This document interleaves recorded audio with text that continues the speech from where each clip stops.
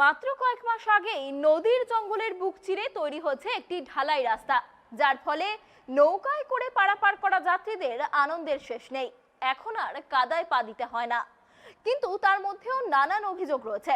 রাস্তা যদিও তৈরি হলো, রাস্তা চওড়া হলো না কেন? রাস্তায় যাতায়াতের সুবিধার জন্য আলোর ব্যবস্থা হয়নি কেন? আর যদিও বা রাস্তা তৈরি হলো, কংক্রিট জেটিতে জুড়তে মাত্র 50 মিটারের মতো বাকি রাখা হলো কেন? এমনই নানান প্রশ্ন যাত্রীদের মধ্যে। আর প্রশ্নটা ওঠাই যে স্বাভাবিক তা বোঝা যায় পাথর প্রতিমা ব্লকের রামগঙ্গা বিডিও অফিস সংলগ্ন লক্ষ্মীপুর এলাকায় গেলে। বর্তমানে পঞ্চায়েত ভোটের আগেই নদী পারাপারের জন্য জঙ্গলের মধ্যে 1 কিলোমিটার রাস্তায় আলোর দাবি জানিয়েছেন এলাকার বাসিন্দারা।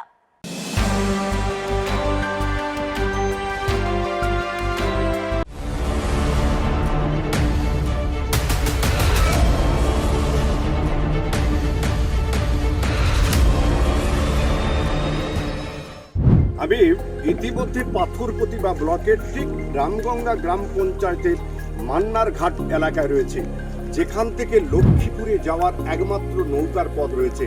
যেটুকু জানা গিয়েছে, এই এলাকার বিধায়ক সমীর কুমার জানার উদ্যোগে নদীর মাঝখান দিয়ে জঙ্গলের ভিতর দিয়ে প্রায় 1 কিলোমিটার রাস্তা তৈরি হয়েছে কয়েকদিন আগে।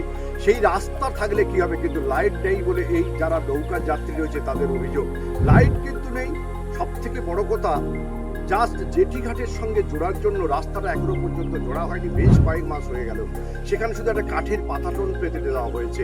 ঠিক এই বর্ষাকালের মুখে খুব কষ্ট করে মানুষকে যাতায়াত করতে হচ্ছে বলে এই এলাকার মানুষের অভিযোগ। তবে নৌকা যাত্রীরা বিধায়ক সমীর কুমার জানাকে যেমন জানিয়েছেন ধন্যবাদ এই রাস্তা করার জন্য, তেমনি তার কাছে একটু আবদার করেছেন যদি অন্ধকারে চলার সময় যাতে লাইটের ব্যবস্থা করা যায়।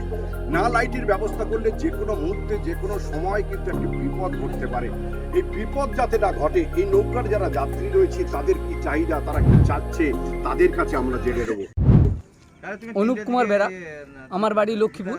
আমাদেরকে দুটো নদী পেরোতে হয় এবং যার কারণে আমাদের সবচেয়ে বড় সমস্যা আমাদের এই অঞ্চলে অচিন্তনগর গ্রাম পঞ্চায়েতের অন্তর্গত আমাদের এই অঞ্চলের সবচেয়ে বড় সমস্যা হচ্ছে খেয়াপারের আমাদের যে টাইম নির্ধারিত করা আছে 45 মিনিট, এতে কি হয় সাধারণ মানুষ এবং অর্থাৎ আমরা প্রতিনিয়ত বিভিন্ন কাজে আমাদের দেশের বা জীবিকা নির্বাহের জন্য দেশের বাইরে বেরোতে হয় বা গ্রামের বাইরে বেরোতে হয়, যার কারণে আমরা টাইম মতো খেয়াটা পাই না। অর্থাৎ 45 মিনিট অন্তরের জন্য আমরা আমাদের যে সার্ভিস বলুন, আমাদের যে বলুন কাজের খুব সমস্যা হচ্ছে। ওইটা যদি আধ ঘন্টা অন্তর কিংবা 15 মিনিট অন্তর করা যায়, তাহলে আমরা সাধারণ মানুষ অনেকটা সমস্যার প্রতিকূল থেকেও আমরা রেহাই পাবো।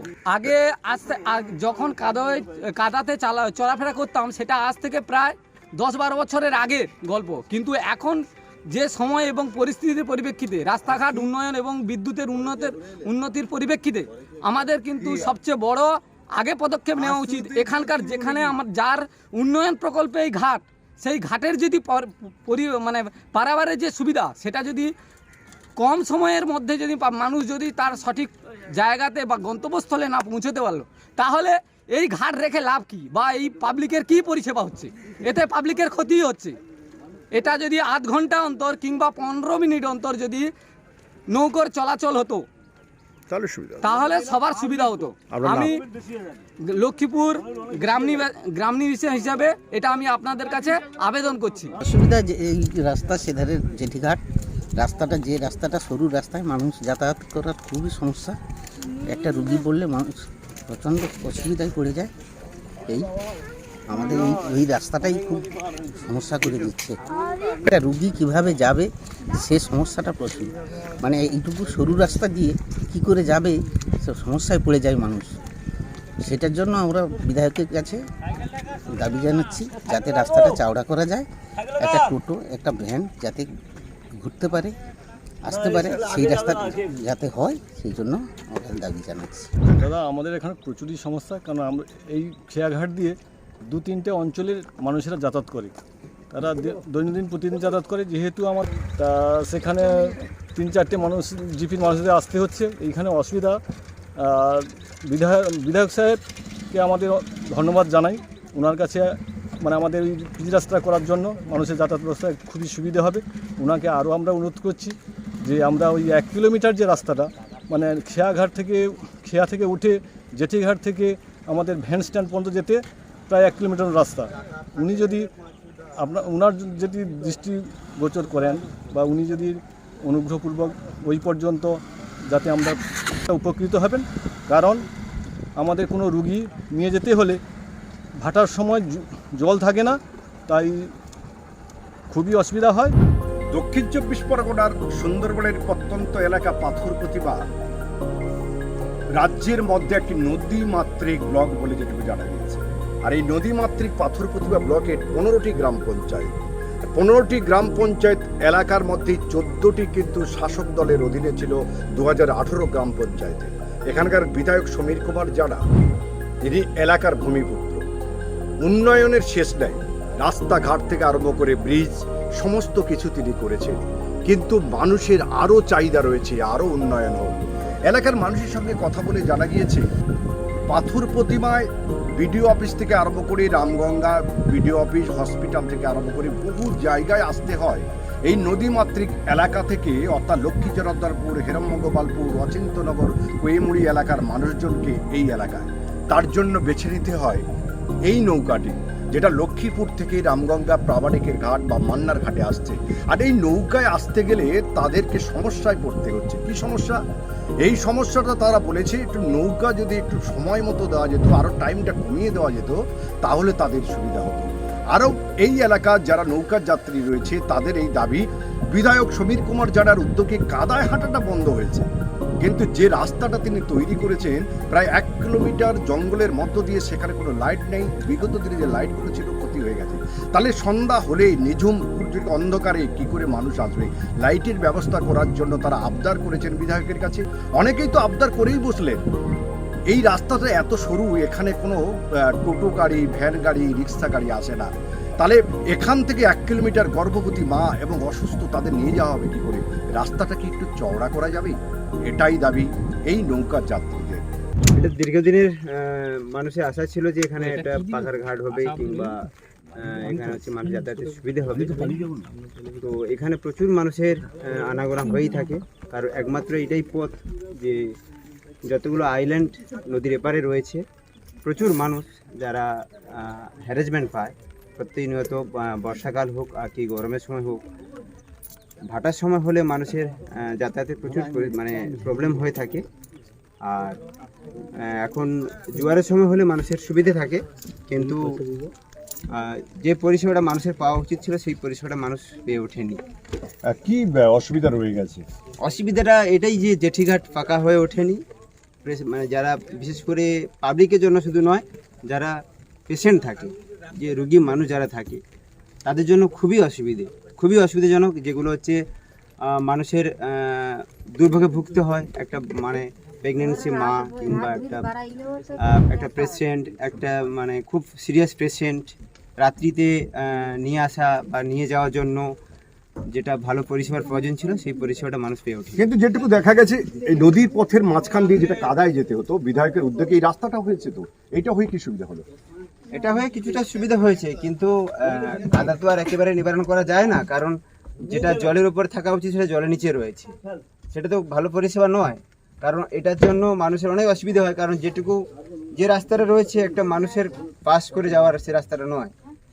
তা আগে থেকে বলবো যে আগে থেকে এটা ভালো পরিষেবা হয়েছে, কিন্তু হলে কি হবে, মানে রাস্তাটা একটু বড় হলে খুব ভালো হবে। এখানকার ভূমিপুত্র বিধায়ক সমীর কুমার জানা এই নৌকার যাত্রীদের জন্য বহু চিন্তা ভাবনা করেছেন।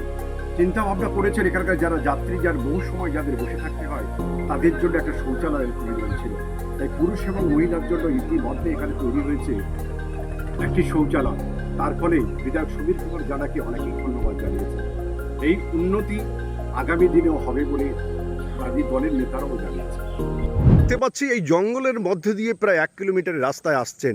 এই রাস্তাটা হবার পরে কি সুবিধা কি অসুবিধা হচ্ছে আপনাদের? আমাদের আগে এই নদী পেরিয়ে 1 হাঁটু কাদা, ভাটার সময় হলে 1 কোমর পর্যন্ত নেমে এই নদী পারাপার হয়ে এই পাড়ের সঙ্গে ব্লকের সঙ্গে যোগাযোগ করতে হতো। এই রাস্তা হওয়ার ফলে আমরা সাধারণ মানুষ, বিশেষ করে 3টে অঞ্চল লক্ষ্মী জনার্দনপুর, অচিন্তনগর এবং হেরামগোপালপুরের জনসাধারণ সুষ্ঠুভাবে যাতায়াত করতে পারছে।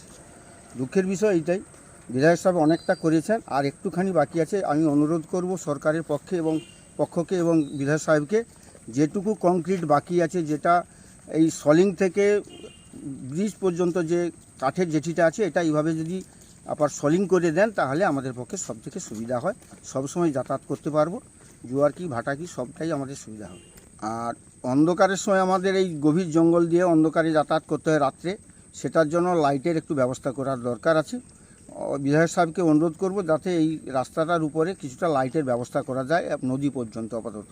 একরকম কত মানুষ পার হতে পারে প্রতিদিন? এখানে 3টে অঞ্চলে ধরুন পার ডে আপাতত 4 থেকে 5,000 লোক যাতায়াত করে। এখন কি হলে সুবিধা হতো? এখন ওই যেটুকু কাঠের জেটি আছে ওইটাকে সলিং করে পাকার জেটি করে দেওয়া, এবং এই দীর্ঘ এই পথে অন্ধকারে রাত্রে যাতায়াত করতে অসুবিধা, এতে যে লাইটের ব্যবস্থা করা হয় সেটাই সুবিধা হয়। আর ওই 25-30 ফুট কি 40 ফুট কাঠের জেটির জন্য প্রত্যেক মানুষকে 2 টাকা করে এখানে একটা ভাড়া দিতে হয়। এটা হয়তো বন্ধ হয়ে যেতে পারে, সরকারের পক্ষ থেকে এই উদ্যোগ নিলে মানুষের এইটুকু সাশ্রয় হতে পারে। আপনার পরিচয়? আমার বাড়ি আইপ্লট বিষ্ণুপুর, আমি একজন ল ক্লার্ক, পাথর প্রতিমা ব্লক ল্যান্ড রিফর্মার অফিসের নাম? আমার নাম রামকৃষ্ণ সিট। এই পাথর প্রতিমা ব্লকের লক্ষ্মীরঘাট সংলগ্ন এলাকায় আরো একটি কাঠের জেটি রয়েছে। আমি পাপাইকে বলবো জেটির অবস্থাটা দেখাতে। এই ভগ্ন জেটিতে ওঠানামা করতে এলাকার মানুষের খুবই অসুবিধা হয় বা যাত্রীদের খুবই অসুবিধা হয়। যাত্রীদের দাবি এই লক্ষ্মীপুরের খেয়াঘাটের জন্য বিধায়ক সাহেব 1 কিলোমিটার একটি রাস্তা তৈরি করেছেন, জেটি ঘাট ভালো হয়েছে, কিন্তু সেখানে তো ভাটার সময় ছাড়া যাতায়াত করা যায় না, জোয়ারের সময় এই জেটিতেই কিন্তু তাদের আসতে হয়। তাহলে এই জেটিটা যাতে ভালো হয় আগামী দিনে, এটা কিন্তু যাত্রীরা বিধায়কের কাছ থেকে অনুরোধ রাখতে ভুল করেনি। তাদের দাবি এই জেটিটাও তৈরি হোক। দক্ষিণ 24 পরগনা জেলার পাথর প্রতিমা থেকে ক্যামেরায় পাপাইয়ের সঙ্গে গোপাল শীলের রিপোর্ট, ট্রাইব